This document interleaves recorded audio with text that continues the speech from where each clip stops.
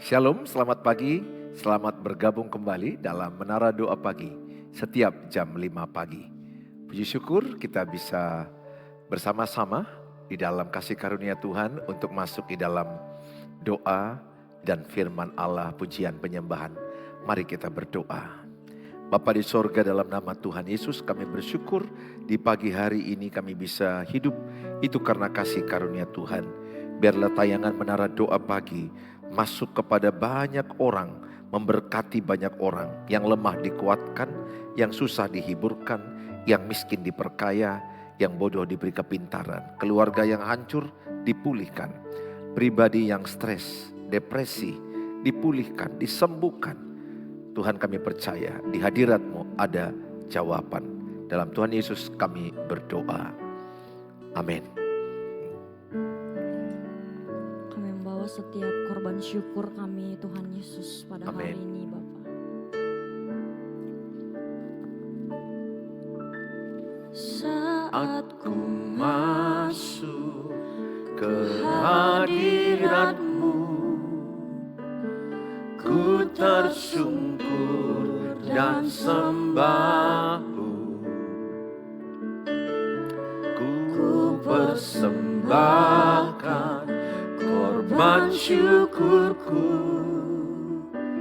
yang terbaik bagimu. Kami mau masuk Tuhan Yesus dalam hadirat-Mu Tuhan.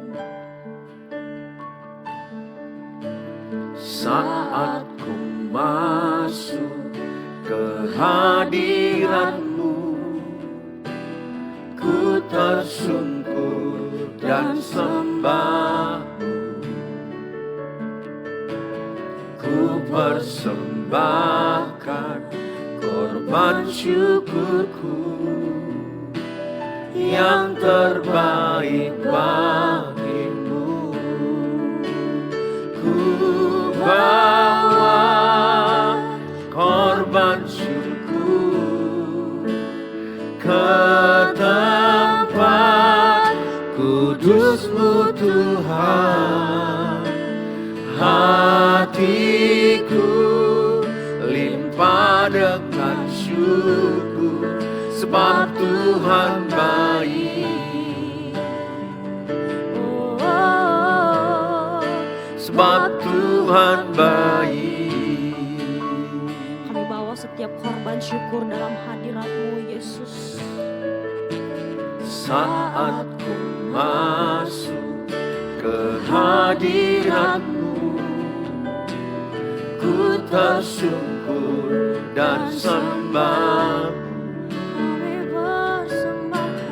Ku persembahkan korban syukurku yang terbaik bagimu. Ku bawa korban syukur ke tempat kudus-Mu Tuhan. Hatiku limpah dengan syukur, sebab Tuhan baik. Selamanya ya Tuhan, selamanya. Ku bawa korban syukur ke tempat kudus-Mu Tuhan. Hatiku limpah dengan syukur, sebab Tuhan baik. Sebab Tuhan baik. Lebih lagi bawa korban syukur. Ku bawa korban syukur ke tempat kudus-Mu Tuhan. Hatiku limpah dengan syukur, sebab Tuhan baik. Selamanya Ku bawa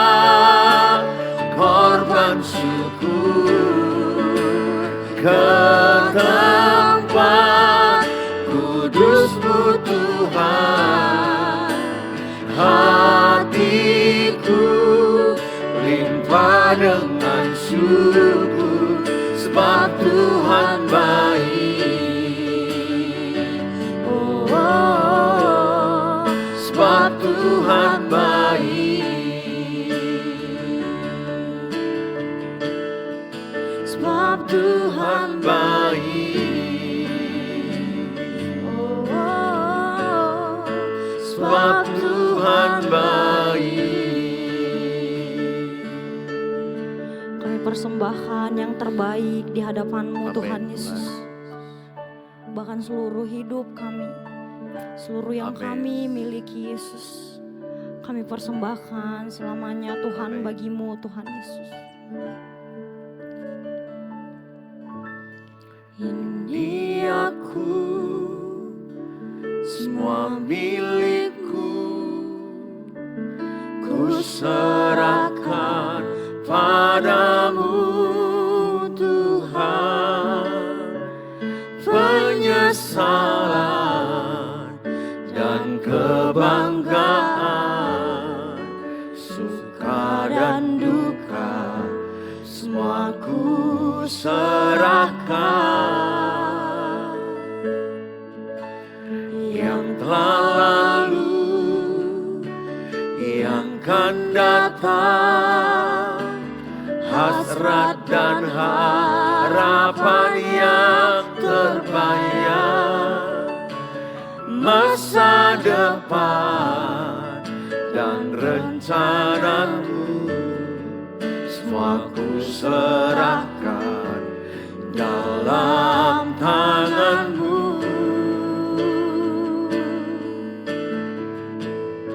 mari persembahkan. Ku persembahkan hidupku kepadamu Tuhan, untuk kemuliaan-Mu ku berikan hidup ini sebagai persembahan yang berkenan padamu.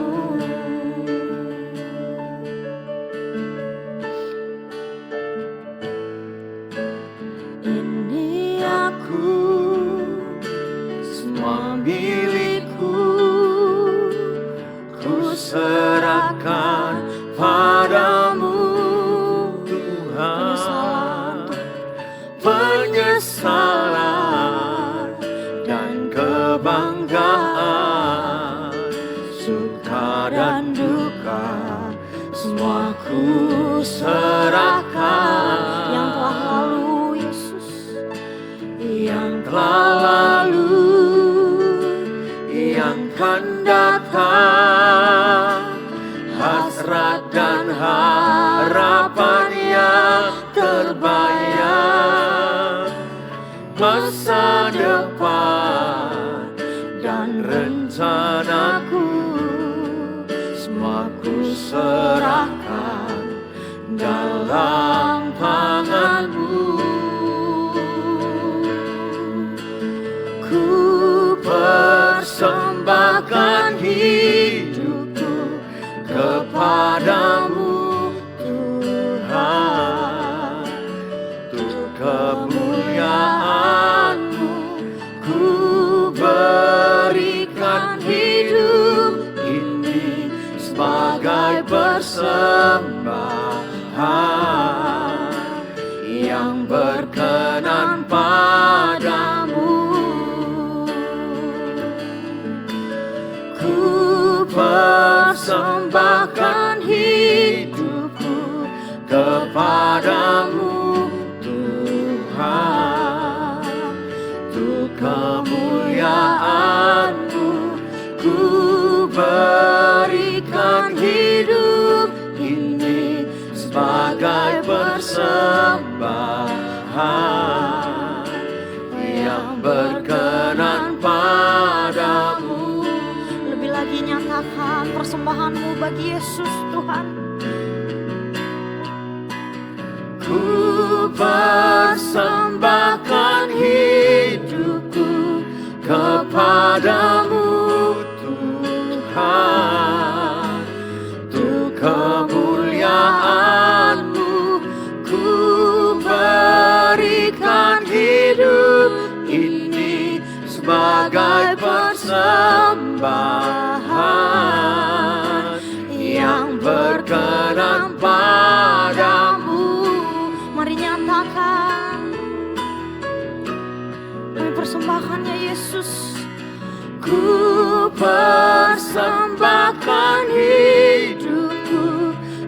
kepadamu Tuhan,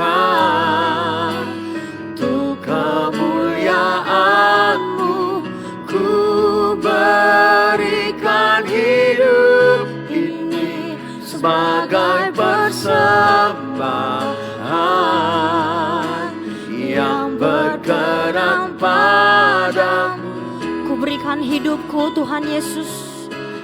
Ku berikan hidupku Kepadamu Tuhan, kepadamu Tuhanku.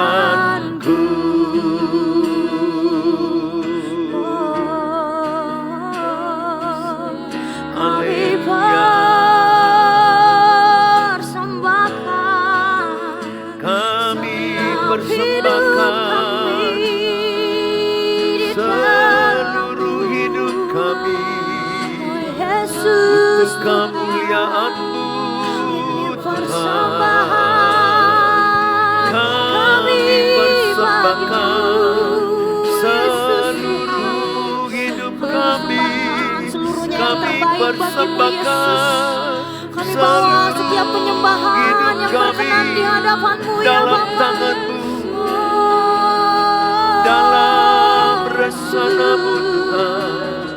biarlah hidup Bagi kami kemuliaan-Mu, bagimu Tuhan.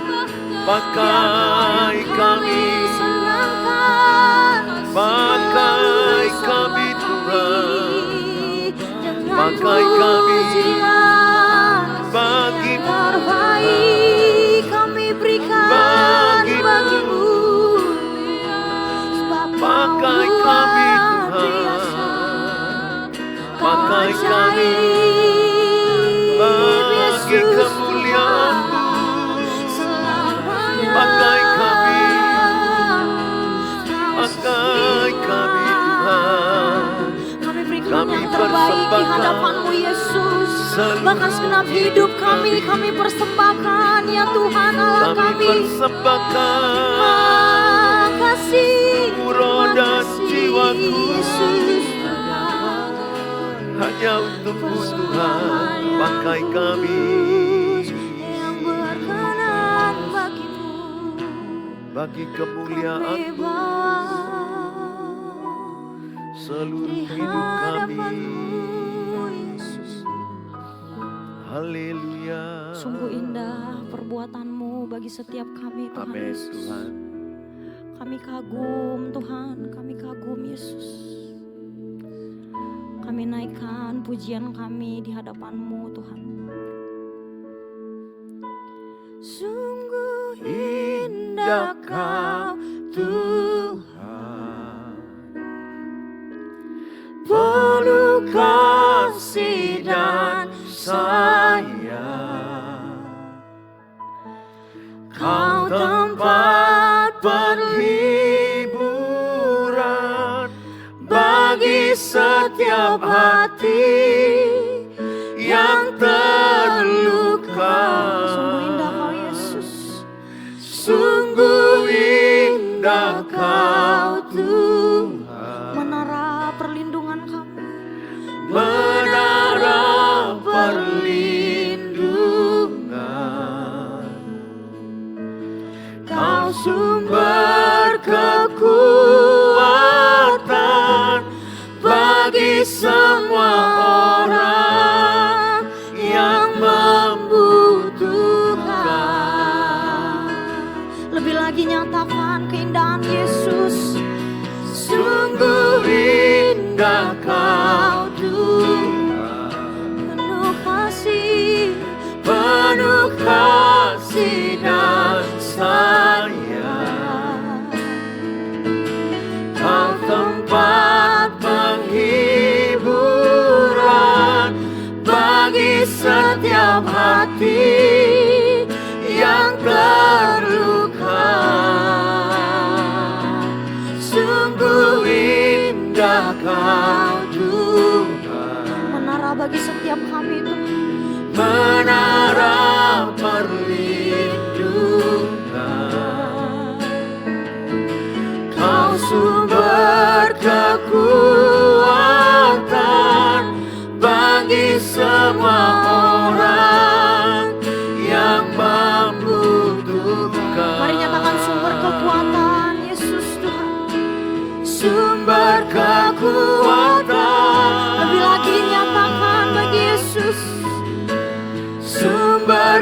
kekuatan, sumber kekuatan bagi semua orang yang membutuhkan. Mari kita berdoa. Bapa di sorga, kami siapkan hati kami diberkati dengan firman Tuhan. Berbicaralah Engkau oleh kuat kuasa Roh Kudus, supaya setiap kami yang mendengarkan firman Allah diberkati, dikuatkan, dipulihkan, disembuhkan, diubahkan oleh karena kebenaran firman Tuhan, membawa kami semakin pulih, sembuh, dan semakin segambar serupa dengan Tuhan. Terima kasih. Biarlah kuasa Roh Kudus mengurapi hamba-Mu. Dalam Tuhan Yesus kami dengarkan firman. Amin. Shalom. Bapak Ibu yang saya kasih, senang bertemu dengan Bapak Ibu di pagi hari ini. Hari ini kita bicara bagaimana kita lepas dari jerat depresi dan emosi negatif. Emosi negatif. Pada pagi ini khususnya saya akan memberikan pembuka bagi kita, yaitu kenapa kita bisa stres, kenapa kita bisa depresi, itu tema yang saya bawa. Ya, alasan-alasan seseorang bisa stres, itu mungkin tema lebih tepat. Kenapa ada kita jumpai orang stres, depresi, siki-siki berkata aku stres, aku depresi. Alasan-alasannya.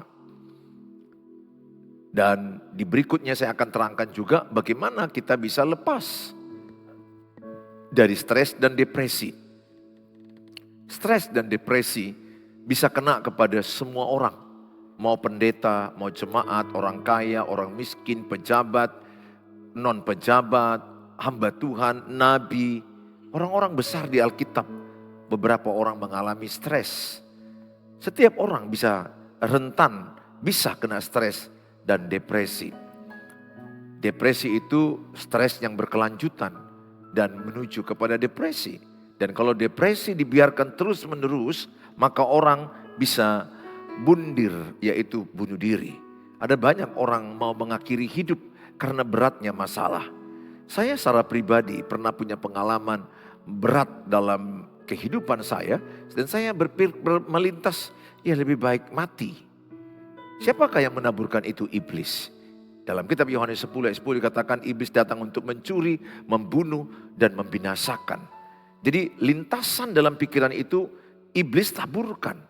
Tergantung orang stres itu mau melakukan atau orang stres itu menolak.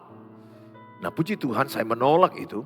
Tapi tawaran itu ada masuk ke pikiran saya. Saya pikir tidak hanya saya sendiri. Ada banyak orang yang kita jumpai terbukti kok dia mati bunuh diri. Bukan cerita yang ganjil. Tapi cerita yang sering kita dengar. Anak SD, anak SMP, anak SMA, kuliah, orang tua, kakek nenek. Bisa semua umur bisa mengalami yang namanya stres, depresi dan bunuh diri. Nah saudara, kita akan belajar Alkitab dalam Alkitab 1 Raja pasal yang ke-19 ayat 1 sampai kepada ayat yang ke-8. Ketika Ahab memberitahukan kepada Isabel segala yang dilakukan Elia dan perihal Elia membunuh semua nabi itu dengan pedang.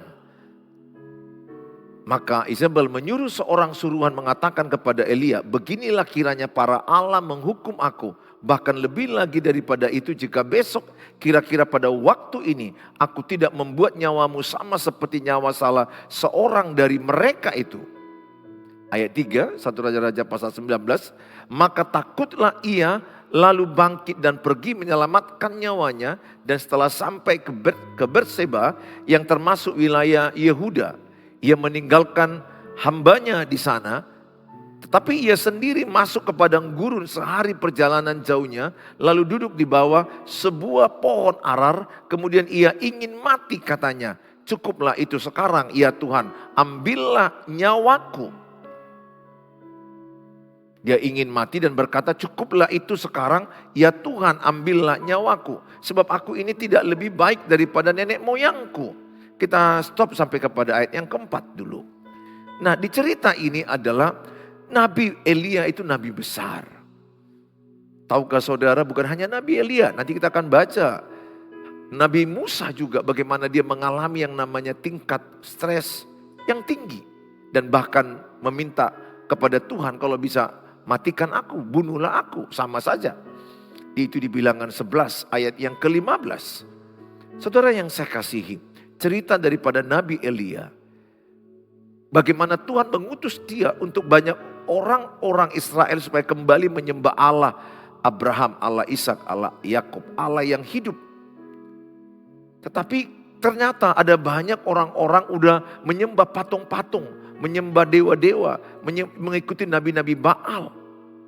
Dan satu waktu ada pertandingan antara 450 nabi Baal dengan seorang diri Nabi Elia di Gunung Karmel.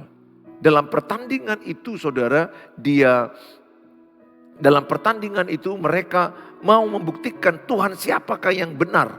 Nabi Baal atau Tuhan dari Nabi Elia. Nabi Baal 450 membuat potongan-potongan lembu di atas kayu api. Dan mereka seharian meminta kepada Tuhan mereka supaya menurunkan api. Api tidak turun. Nabi Elia, dia menaruh lembu-lembu juga dan kemudian taruh ada kayu, bahkan ada air di bawah kayu itu. Nabi Elia sendiri meminta kepada Tuhan Allah yang hidup, turunkan api. Dan seketika itu api itu turun menghanguskan persembahan lembu itu. Menghanguskan, menghabiskan kayu, bahkan menghabiskan air yang di bawah kayu itu. Serentak semua orang umat Israel menyaksikan bahwa Allah daripada Nabi Elia lah yang hidup, yang benar. Mereka meneriakkan seperti itu. Tetapi tahukah saudara, untuk Ratu Isabel, di mana itu suaminya adalah Raja Ahab. Khususnya Ratu Isabel bukan makin percaya, bukan makin datang kepada Allah Nabi Elia. Justru yang ada apa? Ancaman. Ancaman untuk kematian daripada Nabi Elia. Sebagaimana Nabi Elia membunuh para nabi-nabi Baal 450, maka diancam oleh Ratu Isabel. Engkau pun akan mati seperti mereka. Dan Nabi Elia ketakutan dan pergi menyelamatkan diri. Nah saudara yang saya kasihi, dalam perjalanan itu dia mengalami yang namanya stres, depresi, dan ingin mati. Seorang nabi yang besar, Nabi Elia. Yang kedua saya akan bacakan saudara Bilangan 11 ayat 15. Jika engkau berlaku demikian kepadaku, ini kata Musa kepada Tuhan. Sebaiknya engkau Tuhan membunuh aku saja. Jika aku mendapat kasih karunia di matamu, supaya aku tidak harus melihat celakaku. Musa juga ternyata mengalami stres, depresi, dan ingin minta dibunuh oleh Tuhan. Ceritanya adalah para orang-orang Israel yang dibawa oleh Musa dari Mesir ke tanah Kanaan, ke tanah perjanjian. Mereka suka bersungut-sungut, mengeluh, gak ada makanan. Satu waktu mereka ngidam, kepingin daging. Mereka nangis seperti anak-anak di depan kemah daripada Musa. Berikan kami daging, berikan kami daging. Mereka sungut-sungut, mereka menyalahkan Musa. Karena di Mesir kami dapat ikan enak, gratis lagi. Tapi di sini kami mendapat kelaparan. Payah dapat air, payah dapat makanan. Di tengah-tengah sungutnya itu, Allah justru marah kepada orang Israel. Jadi posisi Musa terjepit. Allah marah kepada orang Israel terus bersungut-sungut. Stres Musa. Depresi. Melihat orang Israel ini mau menyembah berhala, patung-patung, bersungut-sungut. Dan Allah juga bukan menjawab sungut-sungut mereka, justru marah. Jadi dia merasa, apakah tanggung jawabku semua orang Israel ini? Engkau yang menyuruh aku, tapi beginilah keadaanku. Saudara, mengikut Tuhan tidak mulus. Mengikut Tuhan bukan berarti kita tidak stres. Mengikut Tuhan bukan berarti kita tidak mengalami tantangan. Sama. Orang Kristen juga bisa stres, non-Kristen bisa stres, hamba Tuhan bisa stres, jemaat bisa stres, orang kaya bisa stres, orang miskin bisa stres. Nabi yang hebat aja bisa stres.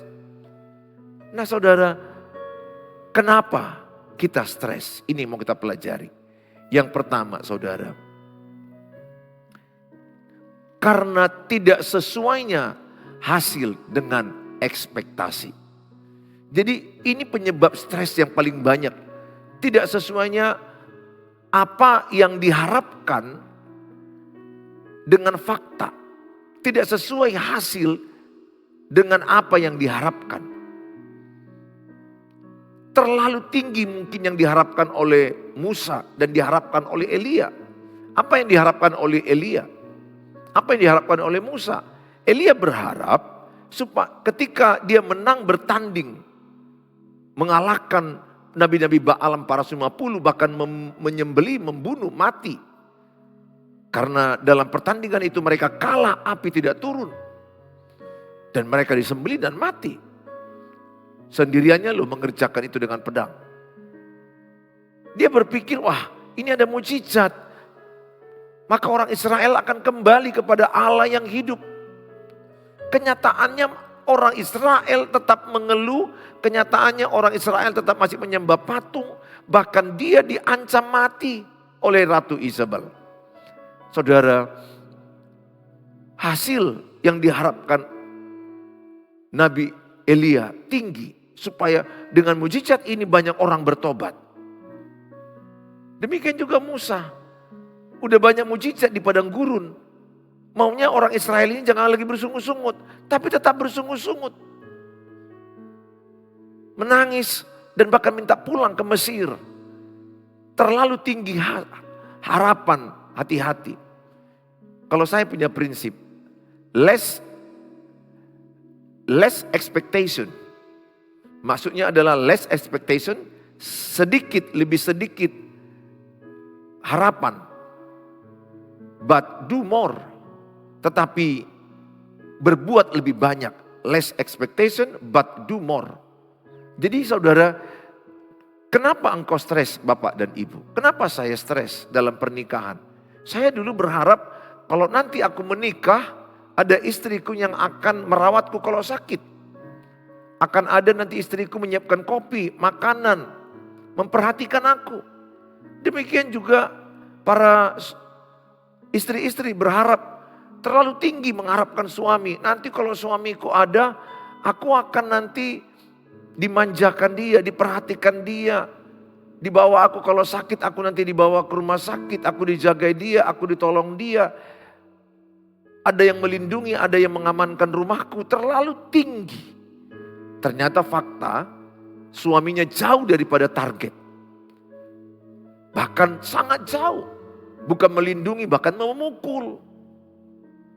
Bukan memberikan makan minum yang cukup, bahkan menghabiskan dengan narkoba, judi, alkohol. Saya mengalami stres dalam pernikahan seperti itu. Dulu saya terlalu mengharapkan tinggi, menuntut tinggi. Dan ternyata tidak seperti yang saya harapkan. Oh, stres. Istriku juga demikian, mengharapkan ideal suami yang begitu tinggi. Dia pun stres mempersuamikan saya. Jadi kami sama-sama stres. Kenapa? Terlalu berharap tinggi. Bayangkan kalau saudara berharap 10, tapi saudara dapat hanya 1. Berarti stresmu berapa? 9 daerah stresmu. Maka saya mengajarkan kepada saudara, coba kita belajar less expectation. Jangan terlalu berharap tinggi, tapi kerjakan lebih maksimal. Bahkan ada banyak orang gak dapat jodoh. Ada banyak anak gadis di gereja, umur 35 gak dapat. Apakah benar Tuhan tidak kasih? Demikian juga anak muda. Umur 35-40 gak dapat. Apakah benar Tuhan gak kasih? Belum tentu. Bisa aja itu karena terlalu tinggi standarnya untuk mencari seorang cowok atau seorang suami. Bahkan dia membuat tinggi badan lah, pekerjaan lah, harus punya rumah lah, harus punya inilah. Terlalu tinggi.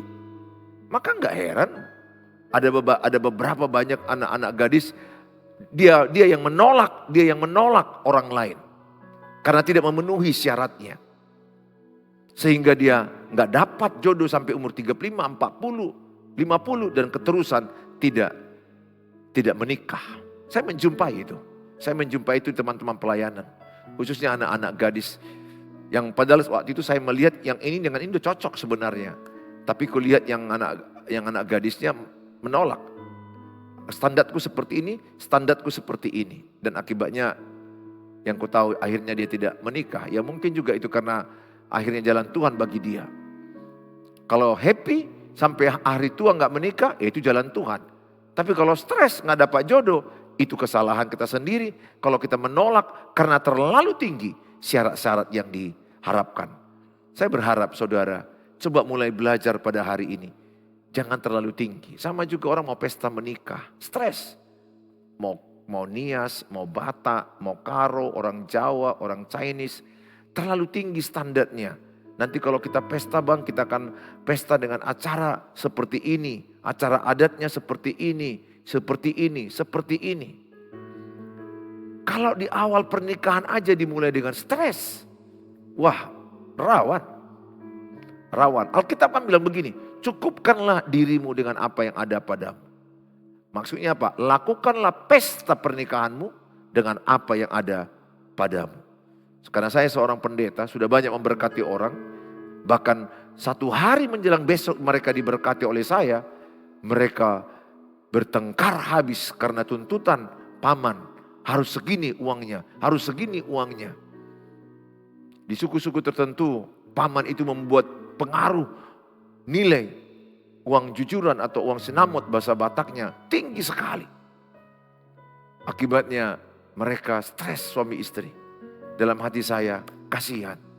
Memulai pernikahan tapi dimulai dengan stres dan depresi. Kenapa? Karena terlalu tinggi standarnya. Harus 100 juta uang jujuran. Harus 300 juta karena dia PNS dan dokter pula. Ini seperti transaksi. Kalau adat sekedar simbol nggak ada masalah. Sekedar budaya dipelihara nggak masalah. Tapi kalau itu membuat anak keturunan kita stres. Saya pikir itu perlu dievaluasi. Harusnya pernikahan itu dibangun dengan sukacita, dengan apa yang ada pada mereka. Kalau ada berkat banyak ya silakan pesta yang besar. Tapi kalau tidak ada cukupkanlah dirimu dengan apa yang ada. Itu pun kalau banyak uangmu, janganlah berlebih-lebihan pesta yang terlalu besar.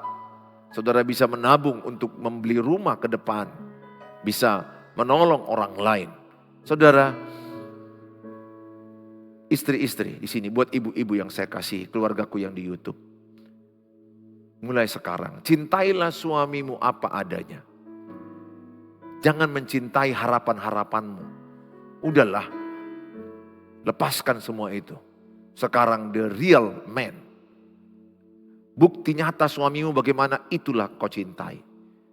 Kasih agape itu menerima suami apa adanya. Menerima istri apa adanya. Sejak saya lakukan itu rumahku sorga. Saya buang semua harapan-harapanku. Saya buang.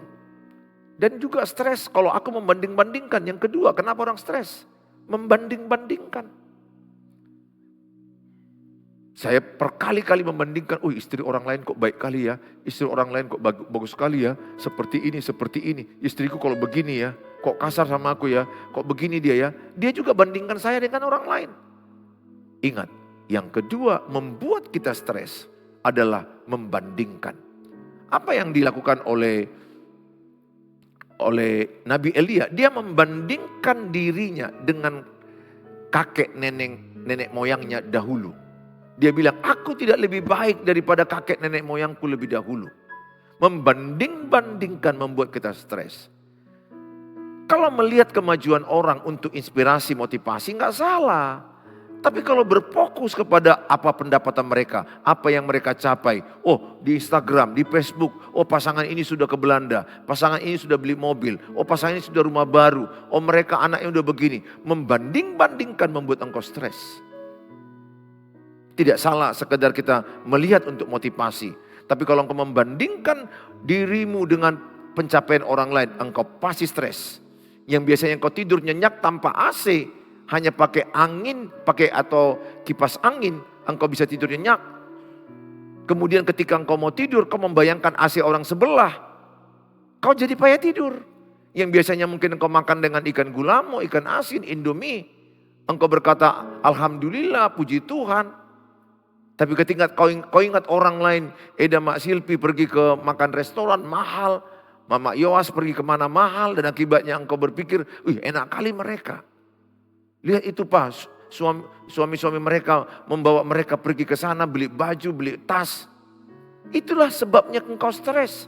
Orang yang berbahagia itu mensyukuri apa yang ada padanya, menikmati apa yang ada padanya, mengembangkan apa yang ada padanya. Jadi saya membandingkan diriku dengan potensi yang ada padaku. Kalau potensiku 8, aku masih 3, ku kejar 5 lagi. Gak perlu aku membandingkan, ada gereja orang lebih besar, ada rumah orang lebih besar. Nanti lama-lama ada istri orang lebih besar. Ya udahlah, kalau istri orang lebih besar ya puji Tuhan. Rumah orang lebih besar puji Tuhan. Ngapainlah kita membanding-bandingkan. Tulis dalam kolom, saya mensyukuri apa adanya dan mengembangkan apa adanya, menikmati apa adanya. Tulis dalam kolom, saya mensyukuri apa adanya, menikmati apa adanya, dan mengembangkan apa yang ada. Wah, itu mantap. Nggak usah sibuk. Berikutnya tulis, saya tidak mau membandingkan pencapaian orang dengan pencapaianku. Setiap orang punya kasih karunia, berbeda-beda, nggak sama. Nggak sama. Bahkan kemampuan menangani stres pun nggak sama. Ada seorang cewek hanya gara-gara cowoknya memutuskan dia mau mati bunuh diri. Itu ada kutangani di klinik. Hanya gara-gara cowoknya tidak mengucapkan selamat tahun baru, nggak mengucapkan selamat ulang tahun, mau mati bunuh diri. Ada orang yang serentan itu. Ada cewek yang cowoknya memutuskan dia bilang nggak apa-apa, kau putuskan aku. Sudah, kau nggak dari Tuhan. Tuhan kasih aku yang terbaik. Lihat, sama-sama putus dibuat seorang cowok. Tapi yang satu meresponinya dengan iman, yang satu meresponinya dengan mengeluh dan bersungut-sungut. Respon kita yang menentukan itu. Saya mengajak setiap saudara, ayo sama-sama kita belajar jangan suka membanding-bandingkan. Yang ketiga, kenapa Nabi Elia menjadi stres, depresi? Dia merasa sendiri. 1 Raja-Raja 19 ayat 4, dia sendiri berjalan ke padang gurun. Dia sendiri yang mengalahkan nabi-nabi Baal 450 dan membunuhnya di Gunung Karmel. Kemudian dia turun ke Berseba, jalan sendiri. Dari Berseba dia pergi ke padang gurun seharian, jalan sendiri. Dan kemudian dia ada gua di tengah-tengah padang gurun itu. Di situ dia stres, depresi, minta ingin mati. Tuhan baik, Tuhan menawarkan makanan lewat malaikat, memberikan air di kendi, memberikan angin sepoi-sepoi. Berikut ini akan saya jelaskan. Dan dia melanjutkan perjalanannya sendiri sampai ke Gunung Horeb, berjumpa dengan Tuhan 40 hari 40 malam. Karena jaraknya itu hampir 500 km. Kesendirian daripada Nabi Elia membuat dia letih. Ini kenapa orang stres, kenapa orang depresi? Karena dia sendirian. Ada banyak orang merasa sendiri. Tapi sebenarnya itu tipu daya iblis. Karena Ibrani 13 ayat 5 katakan, 5b. Aku sekali-kali tidak pernah meninggalkan engkau. Aku sekali-kali tidak pernah membiarkan engkau. Aku akan menyertai engkau sampai kepada kesudahan zaman. Jadi kita sebenarnya gak pernah ditinggalkan Tuhan sendirian. Ada Tuhan, ada roh Tuhan dalam diri kita. Allah Immanuel. Yang berikutnya, jangan suka memendam. Jangan suka memendam dalam hatimu. Masalah itu sampaikan ke Tuhan. Mazmur 62 katakan, sampaikan ke Tuhan isi hatimu. Ceritakan kepada Tuhan. Kalau mau nangis, nangis. Boleh. Saya sebagai laki-laki gembala, saya nangis sama Tuhan kalau ada tantangan yang berat. Tapi saya lebih sering nangis karena hadirat Tuhan. Sesekali ketika ada tekanan, saya nangis karena ada masalah.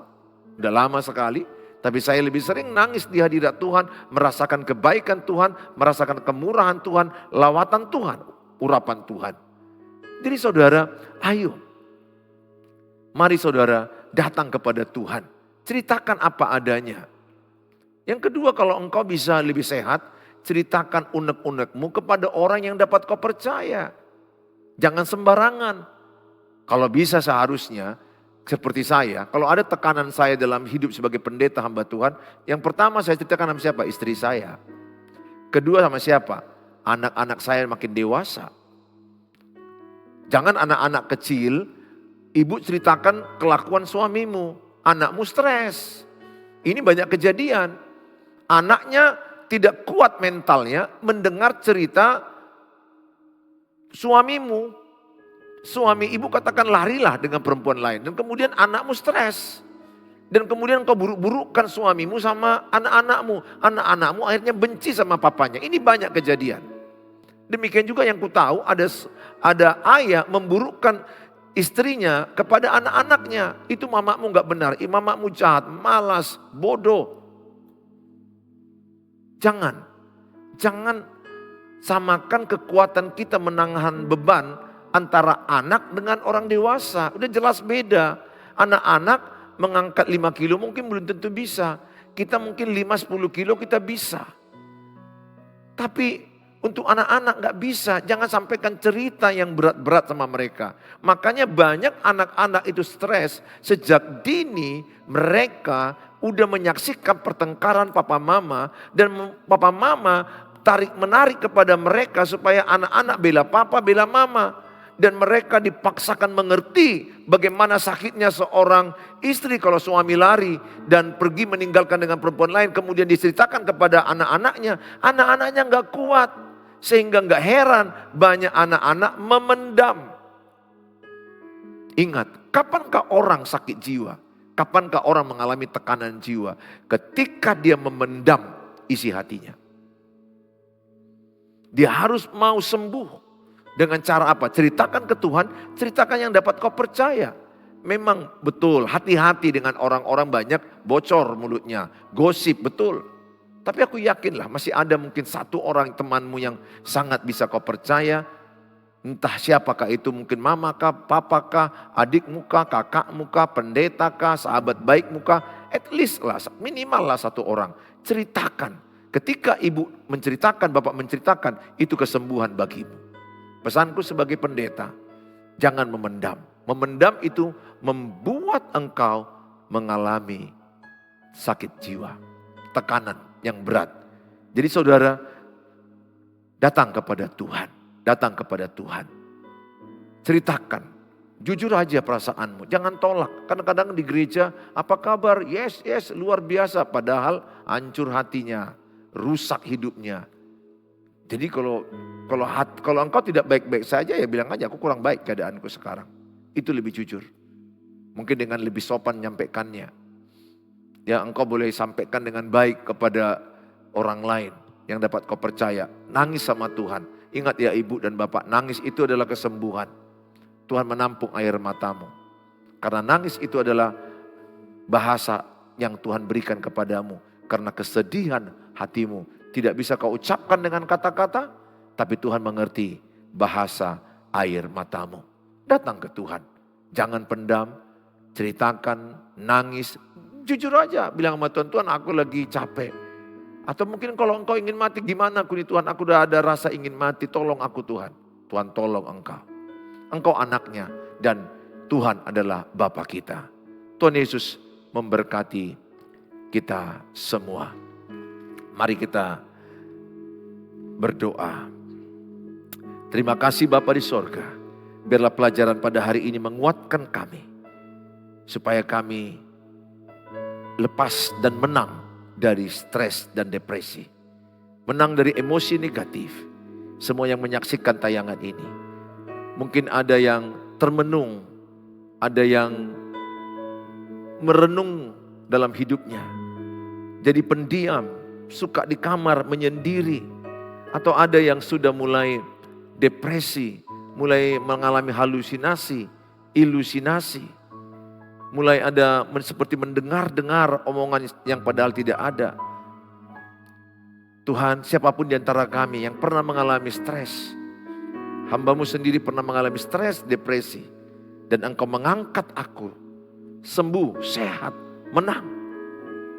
Demikianlah keluarga-keluargaku yang di YouTube, kalau mereka pernah mengalami yang namanya tekanan jiwa, stres, depresi, Tuhan tolong mereka. Tuhan buat mereka kuat, menceritakannya kepada Tuhan, dan hidup sehat jiwa mereka. Tuhan, tampung air mata mereka semua. Kami serahkan mereka dalam tangan-Mu. Ada yang namanya psikosomatik, sakit jiwa, akibatnya tubuhnya semua sakit. Asam lambung, kebas, oyong, darah tinggi naik, gula naik, segala hal yang terjadi. Tubuhnya rusak karena jiwanya yang rusak. Tuhan, Engkau adalah penyembuh bagi kami. Tuhan Yesus memberkati semua yang menyaksikan. Yang lemah dikuatkan, yang sakit disembuhkan, mereka yang miskin diperkaya. Tuhan, mampukan semua kami menjadi orang yang memiliki roh yang sehat, jiwa yang sehat, tubuh yang sehat.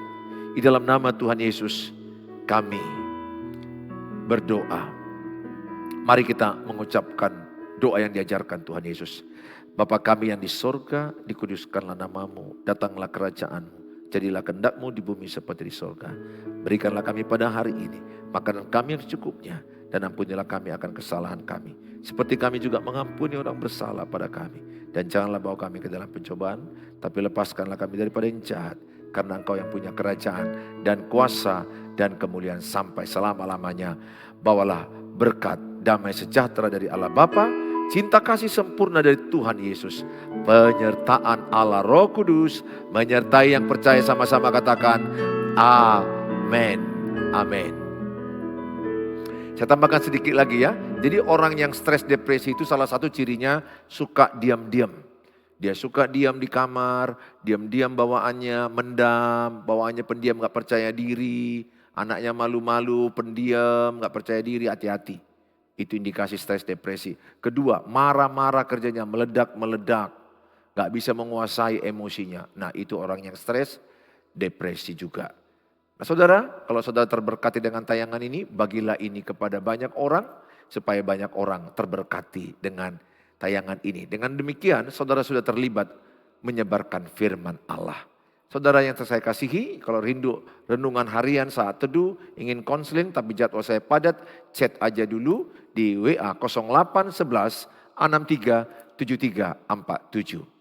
Dan bagi saudara yang mau memberkati tayangan ini, memberkati hamba-hamba Tuhan pelayanan, saudara bisa menabur di rekening yang ada. Tuhan Yesus memberkati, sampai jumpa di waktu yang akan datang. Shalom.